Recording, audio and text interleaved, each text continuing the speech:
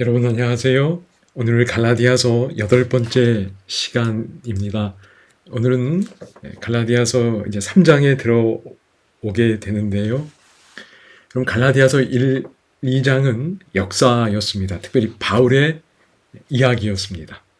그리고 그 자신의 경험을 통해서 그가 말하고 싶은 핵심은 그가 전한 기별은 하나님에게서 받았다는 겁니다. 그리고 사도들의 기별과 조금도 다르지 않다는 거지요. 결국 그의 사도권을 옹호하며 그가 전한 기별의 권위를 확고히 하려는 내용이었습니다. 이제 3, 4장은 이러한 기초 위에서 그가 전한 그 기별의 권위가 인정된 전제 속에서 기별 자체를 이야기하는 겁니다. 그래서 1, 2장이 역사라면 3, 4장은 신학이라고 할 수 있고, 간단히 표현해서 우리가 익숙한 용어로 믿음의 의라고 이야기할 수 있겠습니다. 이제 그 3, 4장 내용을 이제 살펴보겠습니다. 여러분도 익숙한 내용들이 많이 있을 테니 미리 좀 보시고 또 묵상하시면 좋겠습니다. 이제 오늘은 3장 1절로 5절입니다. 갈라디아 성도들의 경험이고요. 그리고 3장 6절에서 9절은 아브라함의 경험입니다. 이 경험들을 통해서 바울이 믿음의 의와 관련하여 어떤 이야기를 하고 싶은지 여러분이 구체적으로 살펴보시면 좋겠습니다. 여기 1절로 5절입니다. 좀 짧으니까 한번 같이 읽어보겠습니다. 어리석도다 갈라디아 사람들아, 예수 그리스도께서 십자가에 못 박히신 것이 너희 눈앞에 밝히 보이거늘 누가 너희를 꾀도냐. 내가 너희에게서 다만 이것을 알려 하노니 너희가 성령을 받은 것이 율법의 행위로냐 혹은 듣고 믿음으로냐. 너희가 이같이 어리석으냐. 성령으로 시작하였다가 이제는 육체로 마치겠느냐. 너희가 이같이 많은 괴로움을 헛되이 받았느냐? 과연 헛되냐? 너희에게 성령을 주시고 너희 가운데서 능력을 행하시는 이의 일이 율법의 행위에서냐? 혹은 듣고 믿음에서냐? 여러분, 갈라디아 교회 성도들의 경험이 나와 있습니다. 이들이 성령으로 시작했습니다. 성령을 받는 경험을 했어요.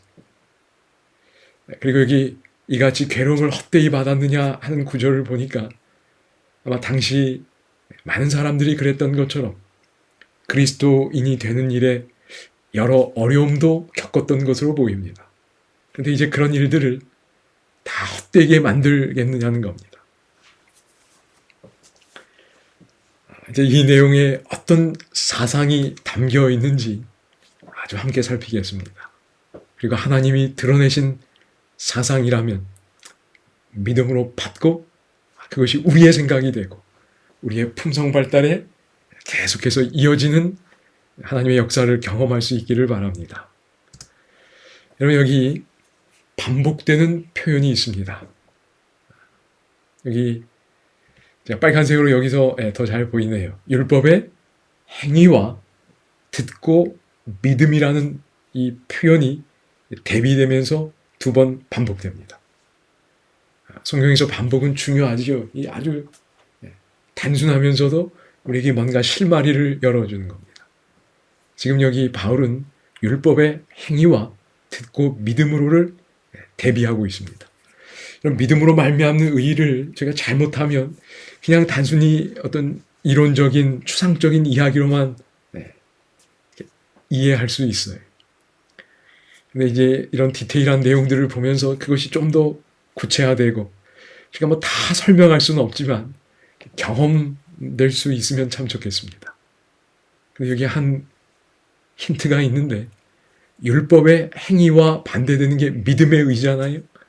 근데 그 믿음의 의를 뭐로 표현하고 있냐면 우리의 경험적 차원에서 듣고 믿음이라는 겁니다. 듣고 믿음이.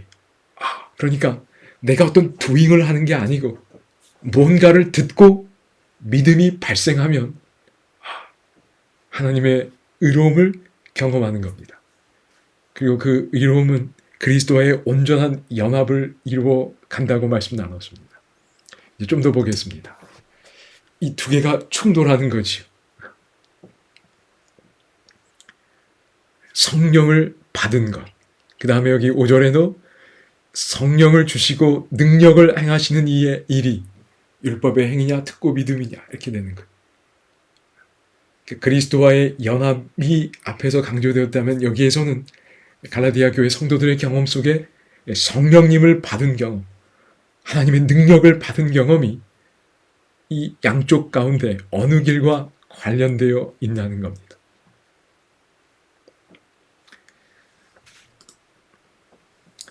저는 이 반복되는 표현들, 율법의 행위냐, 듣고 믿음이냐, 이걸 보면서 갈라디아서 2장 16절이 생각이 좀 났습니다.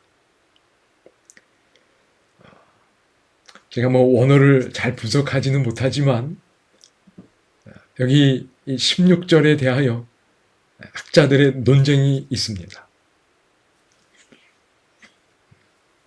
저는 어느 한쪽이 맞다라기보다도 그 의미를 저희가 풍성하게 이해하는 건 필요한 것 같습니다. 여기 율법의 행위로 말미암음이 아니요, 그 율법의 행위와 대조되는 게 여기는 뭐냐면 예수 그리스도를 믿음으로 되어 있습니다. 번역은 일종의 해석입니다. 그런데 여기 예수 그리스도를 믿음이라는 이 믿음이 피스티스라는 단어인데 사실은 이것은 단순히 지적으로 인지적으로 믿는다 이런 정도가 아니고 오히려 더 관계적인 어떤 성격이 강하다고 합니다. 그러니까 신뢰하다, 충성하다 이런 관계적인 특성이 강한 용어입니다. 어쨌든 이 예수 그리스도를 믿음으로 번역된 이 부분을 헬라어 원문으로 보면 우리가 예수 그리스도를 믿는 믿음 혹은 예수 그리스도를 신뢰하는 것으로도 이해하고 번역할 수 있고 예수 그리스도가 보여주고 가지신 그분의 신실하심으로도 이해할 수 있다고 합니다. 어느 게 더 적절하냐? 학자들 간에 논쟁이 있어요. 저는 제가 원어는 잘 모르지만 원문 자체가 둘 다 가능하다면 그 두 가지 의미를 다 생각하고 수용하는 건 필요하다고 생각이 됩니다. 그러니까 성경 자체가 그냥 다 열어놓으신 것 같아요. 근데 개역 개정은 한쪽을 선택한 겁니다. 그래서 여러분이 여기 오직 예수 그리스도를 믿음으로 말미암는 줄 알므로에 어떤 의미도 가능하다고 기억을 하셔야 되냐면 우리가 내가 하는 율법의 행위로 의롭다 되는 게 아니고 오직 이 땅에 사람으로 오셔서 온전한 생애를 사시고 십자가에서 완전한 희생을 이루신 예수 그리스도의 신실함으로 의롭다 된다. 이런 의미도 담겨 있다는 겁니다. 그런데 그 예수님을 우리가 믿는 거죠. 내가 어떤 도잉을 하는 게 아니라 그분이 이미 이루신 그 모든 역사를, 그분의 공로를 나에게 주신 선물로 믿음으로 받는 겁니다. 그러니까 전 둘 다 잘 보시면 좋겠어요. 그리스도의 신실함이 먼저고 그 신실함에 반응하여 나도 그분을 믿고 나도 그분에게 신실한 사람이 되는 겁니다. 이 둘 다 들어있는 것으로 보면 좋을 것 같아요. 이런 논쟁이 있는데 저는 이 갈라디아 2장 16절의 이 내용이 갈라디아 3장 5절과 아주 잘 연결되는 것 같아요. 왜냐하면 여기 보십시오. 너희에게 성령을 주시고 너희 가운데서 능력을 행하시는 이의 일이 율법의 행위여서냐 혹은 듣고 믿음에서냐. 이 율법의 행위는 저희가 이해할 수 있습니다. 그렇지요? 할례를 받는다든지 어떤 규칙을 준수한다든지 하여튼 내가 무언가를 행하는 겁니다. 그리고 그것이 내 공로가 되는 거예요. 근거가 되는 겁니다. 그런데 그거에 대비되는 표현이 뭐지요? 듣고 믿음입니다. 여러분, 뭘 듣는 거지요? 율법의 행위가 아니고 무언가를 듣고 믿음입니다. 믿음이 발생하는 것. 우리가 그분을 신뢰하는 거지. 여러분, 저는 이걸 보면서 갈라디아 2장 16절이 생각났습니다. 무엇을 듣는 것인가? 율법의 행위로 말미암음이 아니요 오직 예수 그리스도의 피스티스를 듣는 겁니다. 그분이 얼마나 신실한 분이신지를 듣는 거예요. 그게 복음의 이야기입니다. 예수님 이야기예요. 복음서에 기록된 이야기. 하늘에서 우리를 위하여 중보하시는 이야기. 이 땅에 다시 오시는 그 약속들. 다 그분의 언약에 신실하신 그분의 피스티스입니다.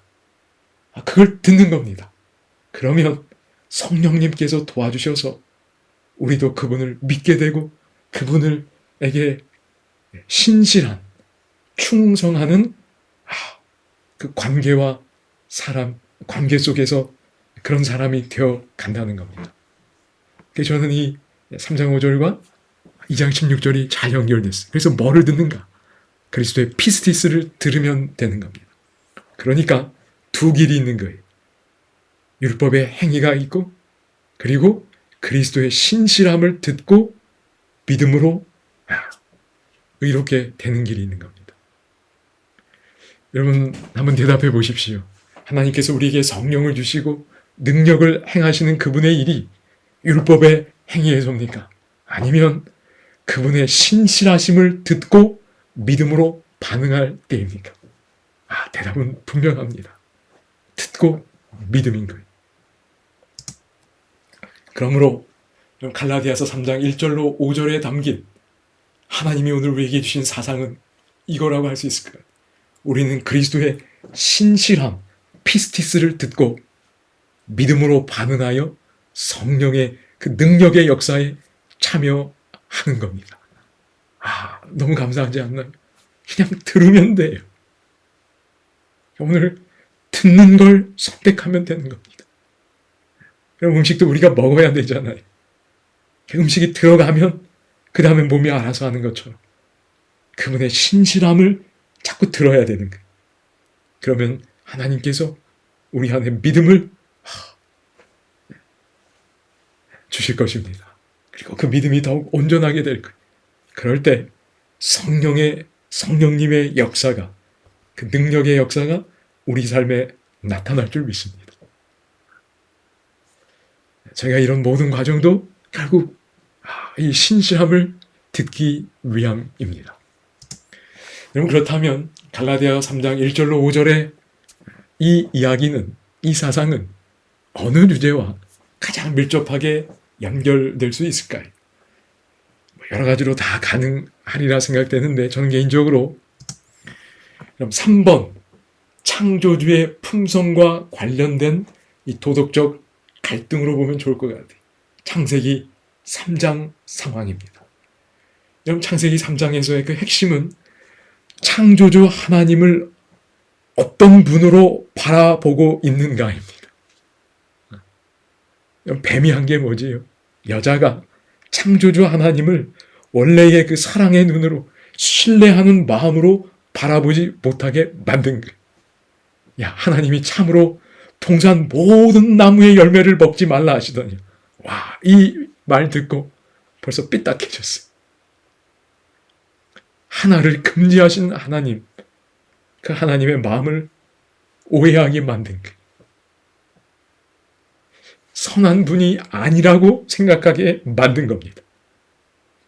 거짓말 하시네? 안 죽어? 그렇게 바라보니까 반역한 겁니다. 불순종한 거예요. 그러므로 핵심은 내가 오늘 하나님을 어떻게 바라보고 있는가에. 그런데 율법의 행위가 왜 문제인가? 그 하나님을 사랑의 하나님으로 못 바라보게 만듭니다. 내가 착한 일 해야 나를 사랑하는 분, 내가 선한 행동을 해야 나를 기뻐하고 구원하는 하나님, 여러분, 그 하나님 전적인 신뢰의 마음, 사랑의 마음으로 바라보실 수 있겠나요? 저는 그럴 수 없을 것 같아요. 그래서 바울이 자꾸 종이라고 얘기하는 겁니다. 왜요? 무서운 주인이에요. 똑바로 행동 안 하면 혼내고 미워하고 외면하고, 그런 주인 섬기는 종이 얼마나 힘들겠습니까? 율법의 행위가, 율법의 행위로 하나님의 사랑을 얻으려는, 호의를 얻어내려는 모든 시도는, 그 동기는 하나님을 그렇게 바라보게 만드는 겁니다. 그래서 종이 되는 겁니다. 그런데 듣고 믿음은 뭐예요? 강조한 것처럼 그리스도의 피스티스를 듣는 겁니다. 하나님이 나를 어떻게 대우하시는지를 듣는 거예요. 그분의 놀라운 사랑을 듣는 겁니다. 하나님이 죄인을 정말 어떻게 생각하고 어떤 일들을 이루어 오셨는지를 듣는 거예요. 그 이야기를 들을 때 우리는 하나님을 어떻게 바라보게 될까요? 그 하나님, 정말 좋으신 하나님을 신뢰하는 마음으로, 사랑하는 마음으로 바라보게 되는 겁니다. 이게 관건이에요. 그런데 중요한 건 선택하는 겁니다. 오늘 날마다의 내 삶 속에서 우리가 이 양갈래 속에 내가 어떤 하나님으로 바라보느냐를 선택하는 거예요. 그래서 믿음의 의의 기별은 그 선택을 돕는 거지. 그게 이루어지면 다 설명할 수 없는 것 같아요. 하여튼 우리 안에 놀라운 변화가 일어나기 시작하는 겁니다. 그래서 오늘 갈라디아 3장 1절로 5절에 이 이야기, 우리가 그리스도의 신실함을 듣고 믿음으로 반응하여 성령의 역사에 참여한다는 이 본문의 사상은 3번 주제와 연관된 거예요. 여러분, 창세기 3장의 이야기가 여기 그대로 있는 거 좀 느끼실 수 있을 겁니다. 아무쪼록 그리스도의 신실한 이야기들을 많이 들으시고 성령의 감동 속에 우리가 그분을 향한 믿음, 단순히 인지적으로 믿는 그런 거 아니고요. 정말 신뢰하고 맡기고 충성하는 그 깊은 사랑의 관계로 들어갈 수 있기를 기도드립니다. 이 찬양 참 좋으시지요? 여러분도 혹 다른 거 있으면 여러분 다른 거 하셔도 좋겠습니다. 여러분 감사합니다.